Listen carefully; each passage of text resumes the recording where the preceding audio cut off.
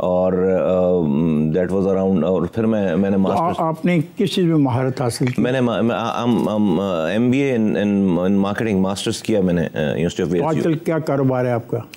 میں کنسلٹنسی کرتا ہوں. میری جو پھر اسکل ڈیولپ ہوئی اور میں نے جو سیکھا, میرا جو تجربہ ہوا پھر شہر کے بعد, شہر میں رہنے کے بعد, تو میں نے پھر اس کے بعد میں نے کنسلٹنسی فرم بنائی. اور پھر اس کے بعد میں دبئی میں بھی جو 3 سال رہا تو میں نے کنسٹرکشن کی فرم میں ہی کام کیا.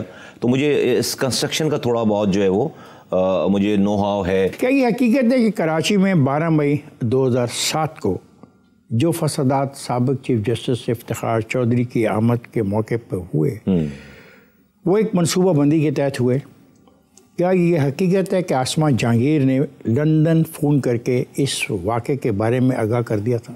ہاں جی, یہ والا پلان تو مجھے نہیں پتا کہ منصوبہ بندی کے تحت ہوئے تھے یا منصوبے کے بغیر ہی ہو گئے جو کراچی میں ہوا.